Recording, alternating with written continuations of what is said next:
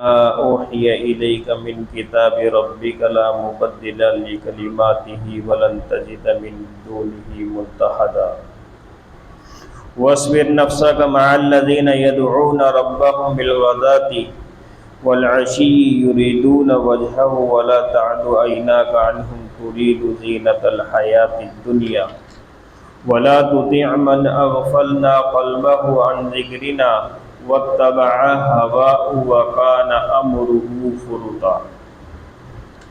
صدق اللہ العظیم. یہاں سے اللہ رب العزت اپنے قرآن حکیم کی تلاوت کا حکم فرما رہے ہیں. جیسے رمضان آتا ہے نا تو لوگ خوب تلاوت کرتے ہیں.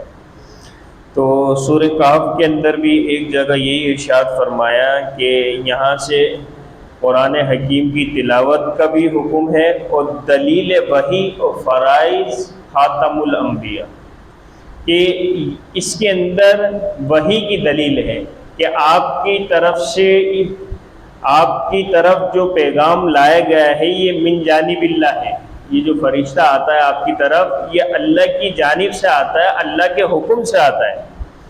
اور آپ کا خاتم الانبیاء ہونے کے سبب جو ہے آپ کا فرض کیا ہے کہ آپ جو ہے لوگوں کو اس کی تعلیمات سے آگاہ کریں.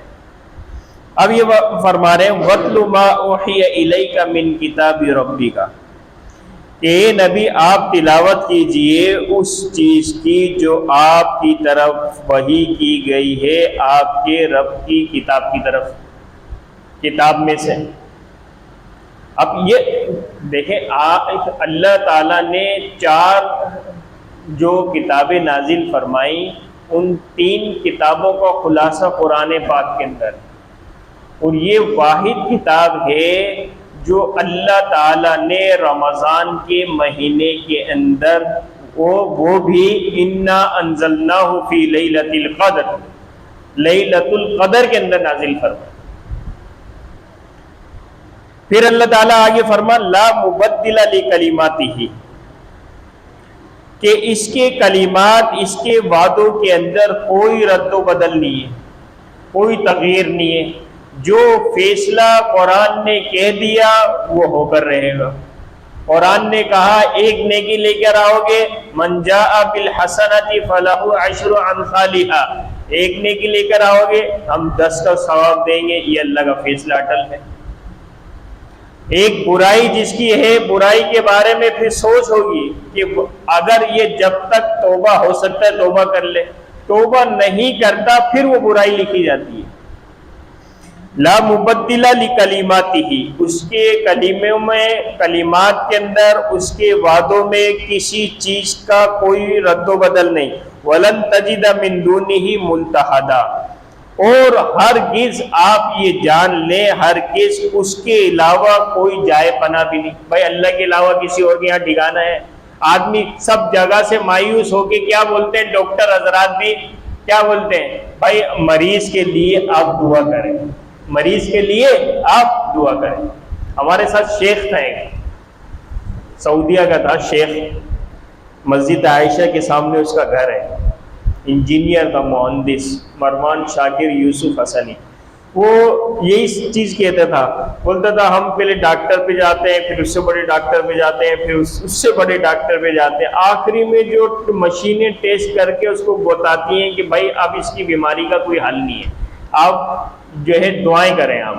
اب آپ بولا شیخ فیصل نغیر ترتیبنا, ہمارے کو اپنی ترتیب جو ہے نا چینج کرنی پڑے گی. میرے کو کہنے لگا شیخ فیصل نغیر ترتیبنا, ہمیں اپنی ترتیب جو ہے وہ چینج کر, ہم جو کام آخری میں کرتے ہیں نا دعا والا وہ پہلے کرنا پڑے گا. آخر میں بھی تو دعا مانگ رہے ہیں نا, صدقہ دے رہے ہیں نا, لوگوں کو کھانا کھلا رہے ہیں نا بھوکوں کو, مسجدوں کے اندر کام کرا رہے ہیں کہ ہمارا مریض صحیح ہو جائے, باپ صحیح ہو جائے, ماں صحیح ہو جائے, بہن صحیح ہو جائے, جو بھی XYZ بیمار ہے.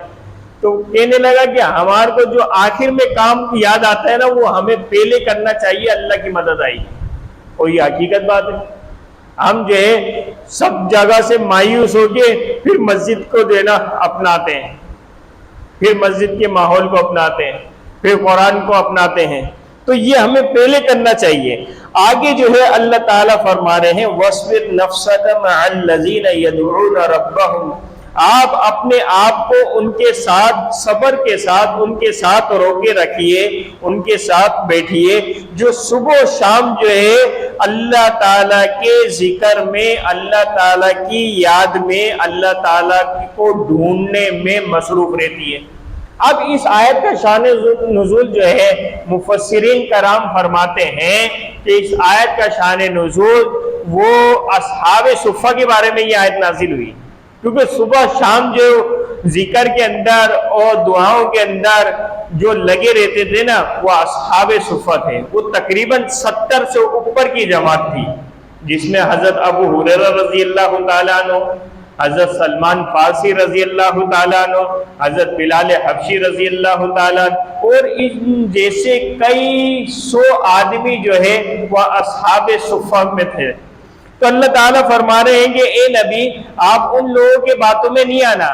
یہ آیت اصل میں اصحاب صفہ کے بارے میں اور ابی بن خلف جو منافقین میں سے تھا اور کچھ قریش مکہ کے مشرکین، وہ آپ صلی اللہ علیہ وسلم کے پاس جب آتے تھے تو حضور علیہ السلام کو یہ کہتے تھے کہ اے اللہ کے رسول، جب ہم آپ کے پاس آئیں تو آپ کے پاس یہ فقراء مساکین بیٹھنے نہیں چاہیے، ہماری انسلٹ ہوتی ہے، ہماری انسلٹ ہوتی ہے، یعنی ہمیں جو ہے شرم محسوس ہوتی ہے کہ ہم بھی آپ کے پاس بیٹھے ہوئے ہوں اور ہمارے یہاں کے نچلے طبقے کے لوگ جو ہے وہ آپ کے پاس بیٹھے ہوں۔ تو اللہ تعالیٰ نے جو ہے اپنے نبی کو حکم دیا کتاب کے اندر وَاصْبِرْ نَفْسَكَ مَعَ الَّذِينَ يَدْعُونَ رَبَّهُمْ بِالْغَدَاةِ، اے نبی آپ اپنے آپ کو ان لوگوں کے ساتھ محفوظ رکھیے، صبر کے ساتھ ان کے ساتھ رہیے جو صبح شام جو ہے وہ اللہ کو پکارنے میں، اللہ کو یاد کرنے میں لگے رہتے ہیں۔ وَيُرِيدُونَ وَجْهَهُ، اور وہ جو ہے اللہ تعالیٰ کا جو ہے اللہ تعالیٰ کے دیدار کو ترستے ہیں۔ وَلَا تَعْدُ عَيْنَاكَ عَنْهُمْ، آپ نہ تجاوز کریے اپنی آنکھوں کو، یعنی آپ جو ہے ان سے آنکھیں نہ موڑیے۔ اگر یہ مشرکین آتے ہیں نا تو آنے دیجیے، کوئی مسئلہ نہیں ہے، لیکن آپ ان کی وجہ سے جو ہے ان کے وقار کو، ان کی جو ہے عزت کو آپ ان سے چہرہ نہ موڑیے۔ دیکھیں بھائی ان کا کتنا بڑا مقام دھر لگے ہیں کہ اللہ تعالیٰ اپنے نبی کو فرما رہے ہیں کہ اگر مشرکین میں سے کوئی بڑا رئیس آئے یا کوئی بھی آئے اور وہ یہ کہے کہ ان کے ساتھ میں نہیں بیٹھوں گا، آپ مجھے علیحدہ سے دعوت دو، آپ مجھے علیحدہ سے، جیسے ہمارے یہاں بعض لوگ ہوتے ہیں نا، بولے خواص آ گئے، خواص آ گئے، بھائی کہاں کا خواص ہے؟ دو ٹانگیں اس کی بھی ہیں، دو ہماری بھی ہیں، دو ہاتھ اس کو بھی دیے، دو آنکھیں ہمیں بھی دی ہیں، ساری چیزیں وہ گئے۔ پیسوں کے اندر اگر کوئی پیسوں کی کامیابی تھوڑی ہے، قارون کے پاس جتنا خزانہ تھا نا، آج تک دنیا میں ایسا کوئی بادشاہ آیا ہی نہیں ہے۔ آپ کو پتہ ہے یہ بات؟ قارون کے پاس جتنا خزانہ تھا اس کے بعد دنیا میں کوئی مرد کلندر ایسا آیا ہی نہیں ہے کہ اس کے پاس اتنا خزانہ ہو۔ کیا وہ کامیاب ہو گیا؟ تو ہاں، انزل الناس منازلہم، آدمی کو اپنی حیثیت کے مطابق عزت دی جائے۔ ایک ڈاکٹر ہے تو ڈاکٹر کے لہجے کے اندر اس سے بات کی جائے، انجینئر ہے تو انجینئر کے اس کے اندر بات کی جائے، مفتی صاحب ہیں تو مفتی صاحب کے ساتھ مفتی صاحب بات کی جائے، ان کو جو ہے ترغیب دی جائے۔ تو انزل الناس منازلہم، اللہ کے رسول نے بھی یہی چیزیں کی ہیں۔ ہاں بعض اوقات آپ صلی اللہ علیہ وسلم کو تنبیہ ہوئی، جیسے کہ یہاں پر اب وہ آگے خود جو آ رہا ہے نا وہ سب سے بڑا منافق ہے، وہ مکے کا مدینے کا سب سے بڑا منافق ہے، اس لیے تنبیہ ہوئے اے نبی ان منافقوں کی باتوں میں نہیں آنا ہم نے۔ ہمارے جو مقرب بندے ہیں نا یہ اصحاب صفہ، ان کا مقام بہت اونچا ہے، یہ دنیا میں چلتے ہیں اور قدموں کی آواز جنت میں سنائی دیتی ہے، ان کا مقام جو ہے بہت اونچا ہے۔ وَلَا تَعْدُ عَيْنَاكَ عَنْهُمْ، نہ تجاوز کریے، نہ پھیریے اپنی آنکھوں کو ان سے، تُرِيدُ زِينَةَ الْحَيَاةِ الدُّنْيَا، یہاں تک کہ آپ جو ہے دنیا کی رونقیں جو ہے وہ حاصل کرنے والے بن جائیں۔ آپ دنیا کی رونقیں حاصل کرنے کے لیے نہیں آئے، دنیا کی زندگی حاصل کرنے کے لیے نہیں آئے، آپ جو ہے اپنے کام میں لگے رہیں۔ ولا تطع، اور نہ آپ فرما اور نہ جو ہے آپ کہنا مانے ان لوگوں کا جن کے دل کو ہم نے غفلت کے اندر غافل کر دیا ہمارے ذکر سے. یہ وہی ہے منافقین ہے. سامنے اللہ کے رسول کے جو ہے وہ اللہ کے رسول کے گیت گاتے تھے، اور پیچھے جو ہے وہ کہتے تھے ان کفار کو جا کے، ہاں ہم تو مسلمان تھوڑی، ہم تو ان کے سامنے ایسی ہیلا بانا کرتے. تو اللہ تعالیٰ کہہ رہے ہیں کہ آپ ان کا کہنا مت، آپ ان کی اطاعت مت کریے، ان کا فرمان نہیں مانے جن کے دل کو ہمارے ذکر سے ہم نے غافل کر دیا. وَاتَّبَعَ هَوَاءَهُ، اور وہ اپنی نفسانی خواہشات پہ چلتے ہیں، اپنی نفسانی خواہشات پہ چلتے ہیں. وَكَانَ أَمْرُهُ فُرُطًا، اور یہ چیز چلنا دل کا جو ہے غافل ہونا، نفسانی خواہشات پر چلنا، یہ حد سے تجاوز کرنے والے ہیں. یہ حد سے تجاوز کر. اے نبی اب دیکھیں اللہ تعالیٰ انہی کو کہہ رہے ہیں، اگر یہ آ رہے ہیں تو ان کو یہ کہہ دیجئے اللہ کا حق بیان ہو چکا ہے. وَقُلِ الْحَقُّ مِنْ رَبِّكُمْ، اللہ نے اپنے حق کو، تمہارے رب نے حق کو بیان کر دیا ہے. فریضہ ختم قرآن ہے، سمجھے، یعنی فریضہ قرآن ہے. اللہ نے اپنے حق کو، تمہارے رب نے اپنے حق کو بیان کر دیا ہے. فَمَنْ شَاءَ فَلْيُؤْمِنْ، فَمَنْ شَاءَ، اب نبی آپ ان سے کہہ دیجئے تم جو شخص چاہے ایمان لے کر آئے، وَمَنْ شَاءَ فَلْيَكْفُرْ، جو شخص چاہے جو ہے نا کفر کرے. بس اب یہ فیصلہ ہو چکا ہے، قرآن آ گیا ہے، حق بیان ہو گیا ہے، دودھ کا دودھ پانی کا پانی ہو گیا ہے. جس کو چاہیے ایمان لے کر آئے، جس کو نہیں ایمان لانا چلو جاؤ اپنا کام کرو. وَمَنْ شَاءَ فَلْيُؤْمِنْ وَمَنْ شَاءَ فَلْيَكْفُرْ إِنَّا أَعْتَدْنَا لِلظَّالِمِينَ نَارًا، ہم نے تو ظالمین جو ہے، وہ لوگ جو ایمان نہیں لاتے اور قرآن کو سننے کے باوجود، اللہ کے رسول کے معجزات دیکھنے کے باوجود، اللہ کے رسول کی کرامات دیکھنے کے باوجود وہ نہیں لاتے ایمان، تو ہم نے ایسوں کے لیے جو ہے نا آگ کو تیار کر رکھا ہے.